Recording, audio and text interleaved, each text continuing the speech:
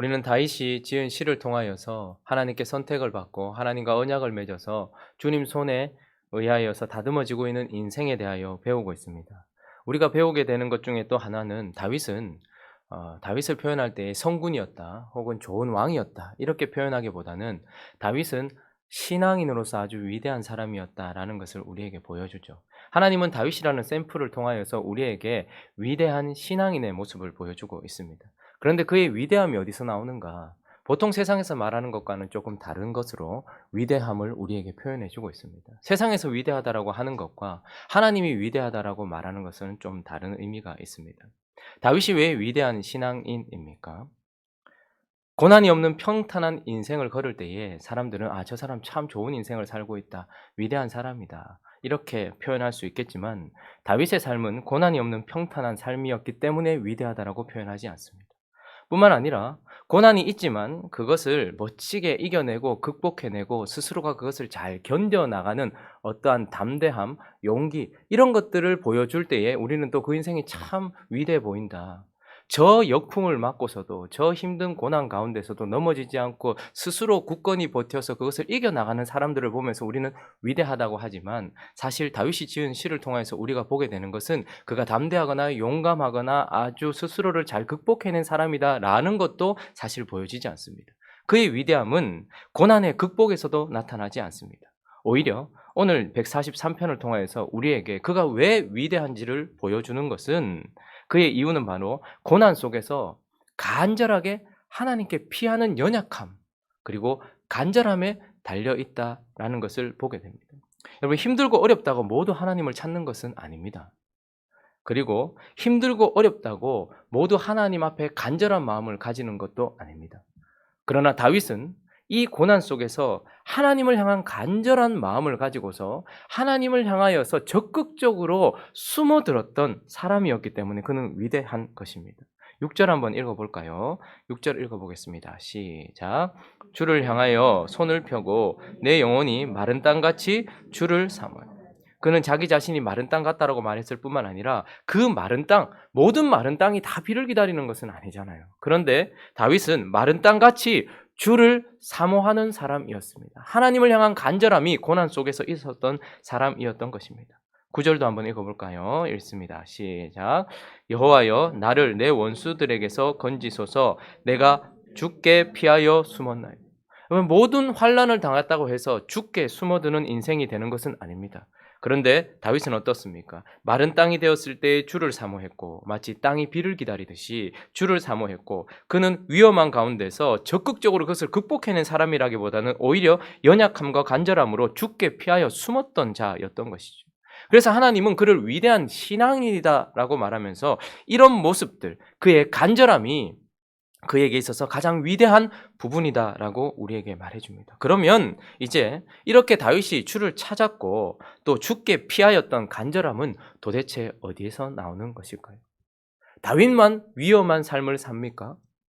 이 시대를 살아가는 우리에게는 다윗과 같은 고난이 없습니까? 아픔이 없습니까? 그럼에도 불구하고 우리는 왜 다윗처럼 간절하지 않은가? 왜 우리는 다윗처럼 하나님께 숨어들지 않는가를 살피고 다윗은 왜 하나님께 간절함으로 숨어들었는가를 살펴보려고 합니다. 다윗이 이렇게 하나님께 간절함을 가질 수 있었던 첫 번째 이유는 아마 현실이나 위험에 대한 바른 인식 때문이었을 것입니다. 그는 바른 인식을 가지고 있었는데 지금 현재 그가 위험하다. 그가 지금 현실이 아주 극박하다라는 것을 바르게 인식하고 있었기 때문이었습니다. 2절, 3절 읽어보겠습니다. 2절, 3절 시작. 주의 종에게 심판을 행하지 마소서. 주의 눈앞에는 의로운 인생이 하나도 없나이다. 원수가 내 영혼을 핍박하며 내 생명을 땅에 엎어서 나로 죽은 지 오랜 자같이 나를 암흑 속에 두었나이다. 모든 사람들이 피하지 않거나 하나님께로 숨어들지 않는 이유는 자신이 지금 어떤 현실에 처해 있는지 잘 모르기 때문일 경우가 많습니다. 2절에 보면 다윗이 주의 종에게 뭐를 행하지 말라고 말합니까? 심판을 행하지 말라라고 지금 간절하게 말하고 있습니다. 무슨 말입니까? 지금 심판이 자기 아주 가까이에 있다라는 것은 다윗이 지금 직감했다라는 것. 누군가에게 피한다. 사람이 그것에 대하여 피한다라는 것은 피하기 전에 먼저 그 피해야 될 상황에 대한 인식이 있어야 되는 것입니다. 위험하구나라는 인식이 있어야 되는 것이죠. 그런데 다윗은 지금 심판이 아주 가까이 와 있다라는 것을 인식하고 있었습니다. 하나님을 믿지 않는 인생들에게 찾아와 있는 영원한 형벌의 심판도 있지만, 하나님의 길을 걸어가고 있는 자들이 하나님의 길에서 벗어났을 때에 하나님이 드실 회초리 앞에 서 있는 심판도 있겠죠. 어떤 심판이든지 지금 다윗은 하나님의 심판이 내게 가까이 와 있다라는 것을 직면했던 것입니다. 많은 사람들이 이 심판 가운데서 그것이 있는지를 직감하지 못한 채 지나가는 경우가 많습니다. 소돔과 고모라가 멸망하던 할 그날 밤에도 천사가 와서 그들에게 복음을 전하려고 왔던 그 밤에도 그들은 천사와 상관하려고 했고 악한 짓을 하려고 했고, 그 다음날 아침에 밝은 해가 떠오를 것처럼 생각했던 것이죠. 심판이 바로 눈앞에 있었는데도 불구하고, 심판이 있다라는 말을 들었음에도 불구하고 그들은 자신의 인생 속에 일어날 심판이 가까이 있다라는 것을 인식하지 못한 채 그냥 지나가 버렸다는 것이죠. 그러나 다윗은 달랐습니다.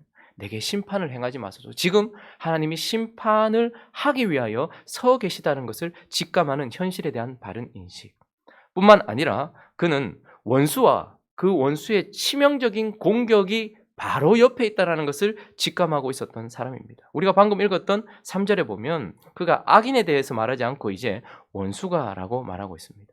악인들은 그러니까 원수는 하나님의 대적이겠죠. 그러니까 진짜 우리를 힘들게 만드는 것은 육체가 아니고 영혼이고, 그리고 내 영혼에 진짜 타격을 주는 것은 무엇이라는 거예요? 나를 힘들게 만드는 악인이 아니라 그 악인들을 사용하고 있는 하나님의 원수 누구라는 거예요? 사단이라는 것을 다윗은 정확하게 보고 있었습니다. 여러분, 우리가 질병에 걸렸을 때에 가장 무서운 것은 무엇이냐면 내가 질병에 걸렸는지도 모른다라는 것과, 어떻게 하다 보니까 그 질병에 걸렸다는 것을 알았는데 그 질병의 원인이 무엇인지를 찾지 못할 때가 가장 위험한 겁니다. 내가 지금 심각한 상황에 처해 있는데, 그런데 그걸 알지 못할 뿐만 아니라 그 원인을 알지 못할 때 우리는 아주 심각한 상황인 거예요. 그런데 지금 다윗이 뭐라고 말합니까? 원수가 뭐를 핍박한대요? 내 영혼을 핍박하고 있고, 그 공격은 내 생명을 땅에 엎을 만큼 치명적인 공격이고, 나를 죽은 지 오랜 자같이, 병이 오래 깊었는데도 모르는 사람들이 있어요. 그리고 그 원인을 찾지 않는 사람들이 있어요. 심각성을 인식하지 못할 때가 많단 말입니다. 그런데 지금 다윗은 자기의 인생 아주 가까이에 하나님의 원수, 자기의 영혼을 노리고 있는 원수가 옆에 있다는 것을 인식하고 있었다라는 것이고, 또 그 치명성에 대하여서 그는 늘 인식하고 있었다라는 것을 보게 되는 것입니다. 그는 현실, 위험에 대한 이런 인식을 가지고 있었습니다. 뿐만 아니라 그는 또한 심판에 대한 인식, 심판이 아주 가까이 있다, 원수와 그 원수의 공격의 치명성이 아주 가까이 있다라는 것만 인식했던 것이 아니라 죽음이 내 가까이 있다라는 것을 인식하고 있었습니다. 7절도 한번 읽어볼까요? 시작. 여호와여 속히 내게 응답하소서. 내 영이 피곤하니이다. 주의 얼굴을 내게서 숨기지 마소서. 내가 무덤에 내려가는 자 같을까 두려워하나이다. 7절에 여호와여 속히 내게 응답하소서. 왜요? 내 영이 뭐하다고요? 여기서 피곤하다라고 번역했지만 원어적인 의미는 내용이 다 끝이 났습니다. 끝장입니다. 이런 의미를 갖고 있습니다. 그러니까 지금 다윗은 자기의 영혼의 상태가 죽음에 가까이 있다라는 것을 알아요. 이 죽음이란 영원한 죽음을 의미할 수도 있겠고, 하나님과 끊어진 채 살아왔던, 그래서 힘이 다 지나여서 지금 완전히 영적인 죽음 가운데 있다라는 것이 아주 가까이 있다라는 것을 깨달았을 수도 있습니다. 그래서 내가 무덤에 내려가는 자 같을까 두려워하나이다. 지금 내 삶의 현실이 죽음 가까이 있다라는 것을 인식하고 있었다라는 것입니다.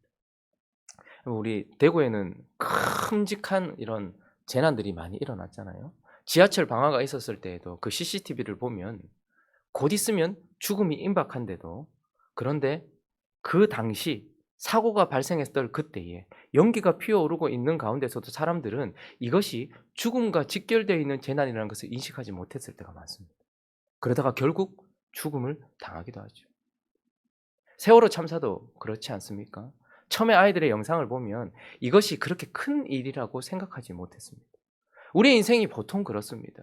재난 자체에 대한 크기, 그리고 그것이 가지고 올 죽음에 대한 공포, 이런 정확한 두려움을 갖지 못할 때에 우리는 하나님을 향한 간절함이나 주를 향하여 피하려고 하는 마음을 가지지 못한다라는 말이죠. 그러나 다윗은 자기의 인생 속에서 자신이 처해 있는 현실에 대한 바른 인식을 가지고 있었습니다. 언제나 심판이 내 가까이 있다라는 것과 내 영혼에 치명상을 입히는 원수가 가까이 있다라는 것과 그리고 죽음이 가까이 있다는 것을 늘 느끼고 인식하고 있었기 때문에 하나님을 향한 간절한 마음으로 죽게 피할 수 있었다라는 것을 우리에게 보여주고 있는 것입니다. 우리는 이런 간절함이 있습니까? 살펴봐야 되겠죠. 두 번째, 그가 이렇게 간절한 마음으로 죽게 피할 수 있었던 이유가 무엇이었을까? 그건 자신에 대한 바른 인식 때문이었을 것입니다. 왜 그는 간절하게 그리고 연약하게 하나님께 피하여 들었을까? 자신에 대한 바른 인식. 그는 이렇게 자기 자신을 인식하고 있었는데 2절을 다시 한번 보시면 그 자신을 향하여서 그가 자기 자신에 대한 호칭을 뭐라고 시작합니까?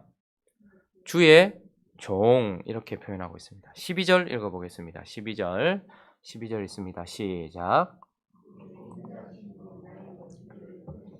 내 영혼을 괴롭게 하는 자를 다 멸하소서. 나는 주의 종이니.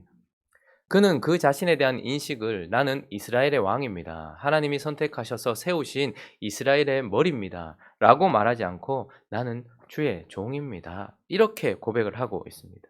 이 말은 스스로가 주의 종이라는 말은 먼저 자신이 하나님이 없으면 한없이 악해질 수도 있는 자다라는 것을 인식하고 있습니다.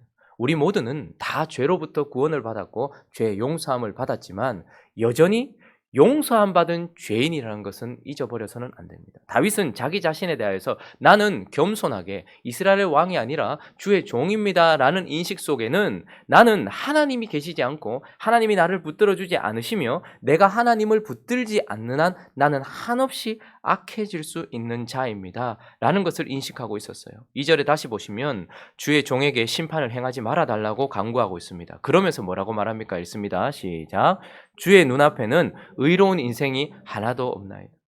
여러분, 신앙인들 중에 그래도 괜찮은 삶을 살았다라고 할 만한 사람들을 성경에서 뽑아보면 다윗은 언제나 들어가지 않겠습니까? 그러나 다윗은 자기 스스로가 하나님 눈앞에서는 의로운 인생이 하나도 없고 나도 의롭지 않습니다. 나도 하나님 앞에서 언제나 죄인일 수 있습니다 라는 것을 인정했던 것입니다.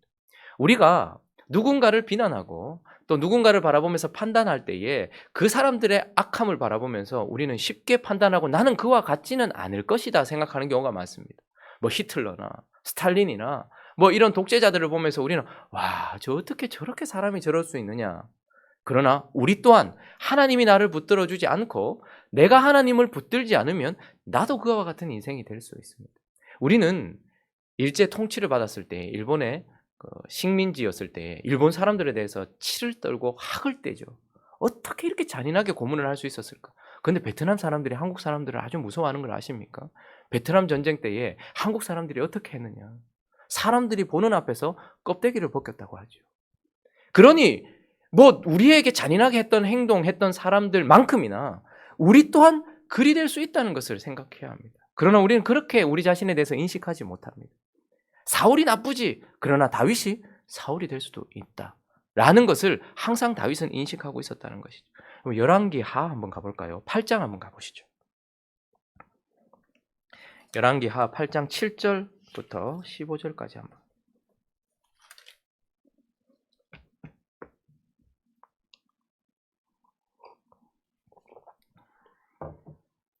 엘리사가 나오는데 구약성경 574페이지 7절부터 15절까지 한번 읽어보겠습니다.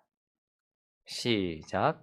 엘리사가 다메섹에 갔을 때에 아람 왕 베나닷이 병들었더니 왕에게 들리기를 이르되 하나님의 사람이 여기 이르렀나이다 하니 왕이 하사엘에게 이르되 너는 손에 예물을 가지고 가서 하나님의 사람을 맞이하고 내가 이 병에서 살아나겠는지 그를 통하여 여호와께 물으라. 하사엘이 그를 맞이하러 갈새 다메섹의 모든 좋은 물품으로 예물을 삼아 가지고 낙타 40마리에 싣고 나아가서 그의 앞에 서서 이르되 당신의 아들 아람 왕 베나닷이 나를 당신에게 보내 이르되 나의 이 병이 낫겠나이까 하더이다 하니 엘리사가 이르되 너는 가서 그에게 말하기를 왕이 반드시 나으리라 하라. 그러나 여호와께서 그가 반드시 죽으리라고 내게 알게 하셨느니라 하고 하나님의 사람이 그가 부끄러워하기까지 그의 얼굴을 쏘아보다가 우니 하사엘이 이르되 내 주여 어찌하여 우시나이까 하는지라. 대답하되 네가 이스라엘 자손에게 행할 모든 악을 내가 알미라.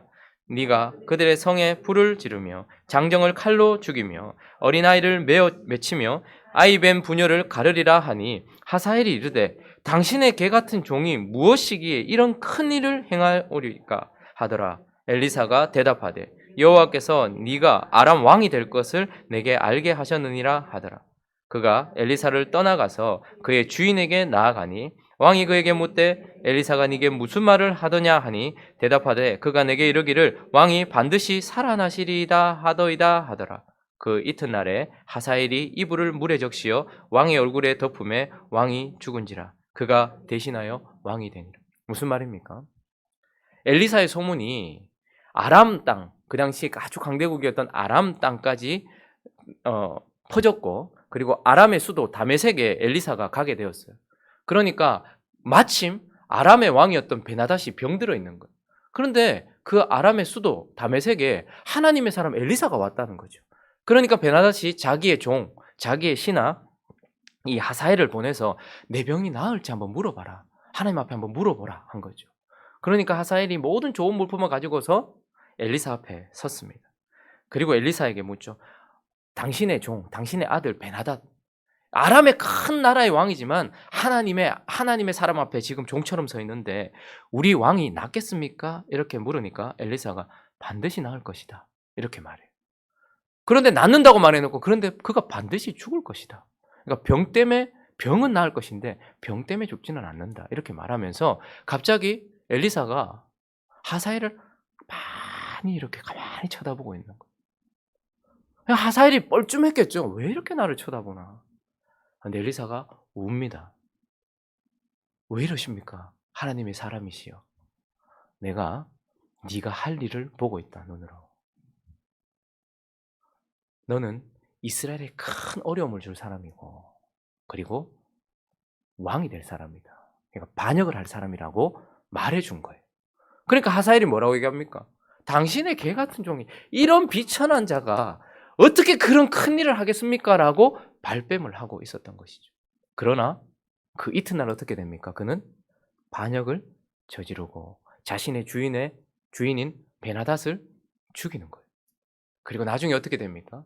아람이 이스라엘을 공격하고 하나님의 백성들을 아주 힘들게 만들어서 그가 방금 엘리사가 말했던 것처럼 사람들을 칼로 죽이고 성에 불을 놓고 장정들을 칼로 죽이고 어린아이는 맺히고 아이뱀 부녀는 가르고 이런 잔인한 행동을 하게 되더라는 것입니다. 여러분 저는 하사엘이 거짓말 시켰다고 생각하지 않습니다. 그는 그냥 왕이 되고 싶은 욕망은 가지고 있었겠지만 이렇게까지 할 것이라고 스스로가 생각하지 않았을 거라고 저는 생각을 합니다. 그런데 하나님의 사람이 하나님의 눈으로 바라보니까 그 속에 있는 악이 얼마나 큰지 지금 현재는 베나닷을 없애고 왕이 되고 싶은 그런 욕망 정도만 가지고 있다고 스스로 생각했던지 모르겠지만 그러나 그런 욕망이 그 이튿날 병에서 건진받은 베나닷을 죽이는 데까지 뿐만 아니라 하나님의 백성들 그리고 그 아이와 아이뱀 부녀까지 배를 가르는 그 악함까지 그 속에 있었다라는 것을 보게 되는 것이죠. 여러분 우리는 기억해야 합니다. 하나님이 우리를 많이 바라보실 때면 우리가 느끼는 대로 하나님 앞에 이 개 같은 종이 이 비천한 자가 무슨 그런 일을 하면 어떻게 제가 감히 그런 일을 합니까? 라고 말할 일들을 우리도 충분히 할 수 있다는 것입니다. 히틀러 안에 있었던 혹은 우리가 생각하는 그 악한 사람 안에 있었던 그 악이 우리 속에 있다는 것을 늘 인식하지 않는 한 우리가 위험하다는 것을 기억해야 합니다. 다윗은 그가 하나님 앞에서 의로운 자가 없다. 그리고 내 안에 아주 무서운 악이 있다. 나는 하나님 없으면 한없이 악한 자이다. 라는 것을 인식하고 있었기 때문에 언제나 자기 자신을 살피고 여러분 병이 깊다. 자기 자신을 점검하지 않으면 언제나 위험이 처한다라는 것을 아는 사람은 자신하지 않습니다. 자신의 건강에 대하여 자신의 상태에 자신하지 않습니다. 우리는 누구나가 우리 속에 우리가 욕하고 우리가 비난하는 그 사람 안에 있는 악이 우리 안에 있다는 것을 인식해야 되는 것이죠. 또한 다윗은 자신이 하나님 없으면 한없이 악한 자일 뿐만 아니라 하나님이 없으면 한없이 약한 자라는 것도 인식하고 있었습니다. 8절 한번 읽어볼까요? 8절 있습니다. 시작.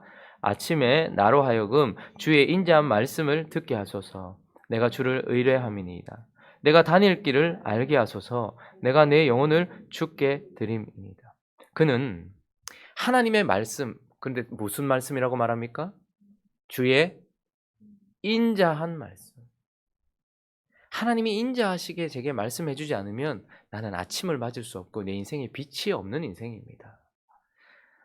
우리는 너무 쉽게 아침을 맞이할 줄 알고 생각을 하고 마치 소돔과 고모라에 있었던 사람이 그 밤을 지나고 또다시 아침이 올 거라 생각하지만 다윗은 하나님의 인자한 말씀을 내가 귀로 듣지 못하는 한 내게 아침은 없습니다. 그러므로 아침에 나로 하여금 주의 인자한 말씀을 듣게 해주십시오. 주의 말씀은 언제나 두렵고 떨리지만 그러나 나를 인자함으로 대하여 주십시오 라고 한없이 자기 자신을 낮추면서 하나님께 구하고 있습니다. 그리고 내가 다닐 길을 알게 해주십시오. 여러분 길을 알고 계십니까? 우리는 하나님께 향한 길을 알고 있는 걸까요? 지금 이 길을 알고 있는 것일까요? 그는 언제나 내가 다닐 길을 알게 해주십시오라고 말합니다.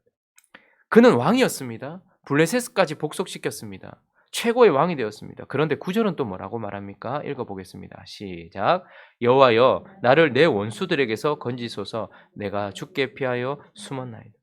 그는 자기 자신이 원수들 앞에서 위험할 수 있다는 것을 늘 기억하면서 주께 피하여 숨었다는 것을 자랑스럽게 말하면서 주님, 나는 주께 숨지 않으면 원수들에게 언제나 당할 수밖에 없는 연약한 자입니다. 10절도 이렇게 말하고 있습니다. 주는 나의 하나님이시니 나를 가르쳐 주의 뜻을 행하게 하소서.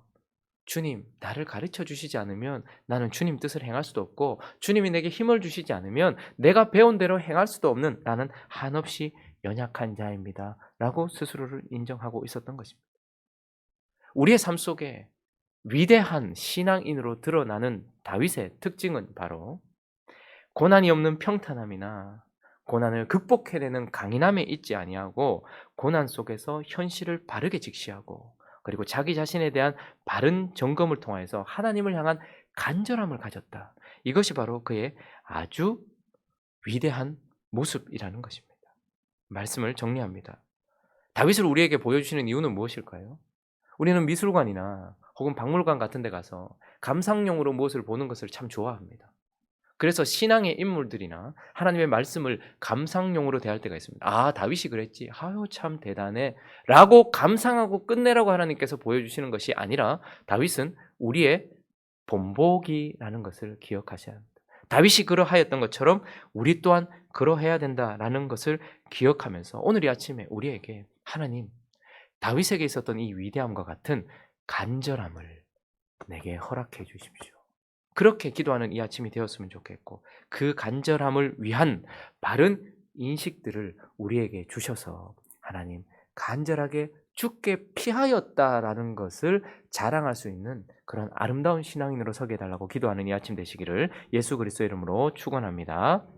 같이 한번 기도하겠습니다.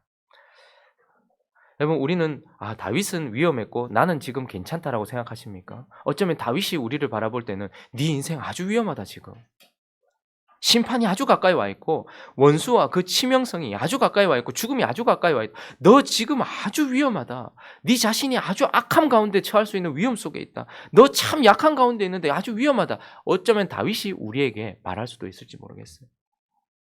이 아침에 하나님 우리가 바르게 볼 수 있도록 해주시고 하나님을 향한 간절함으로 주께 피하여 드는 하나님의 사람 될 수 있게 해달라고 또 각자의 기도 제목들을 가지고 그리고 오늘 이 아침에 내일이면 수능입니다. 우리 교회도 5명의 아이들이 청년들이 또 시험을 치르는데 수능이 전부가 다는 아니지만 그러나 이것을 잘 치를 뿐만 아니라 그 앞길을 하나님께서 인도해 달라고 그 아이들이 바른 길을 걸어갈 수 있고 하나님과 동행할 수 있는 길의 중요한 선택 가운데 있으니 하나님께서 함께 해달라고 컨디션도 지켜주시고 몸도 지켜주시고 하나님께서 유종의 미를 거둘 수 있게 해달라고 또 그렇게 함께 기도하며 나가도록 하겠습니다. 기도하겠습니다.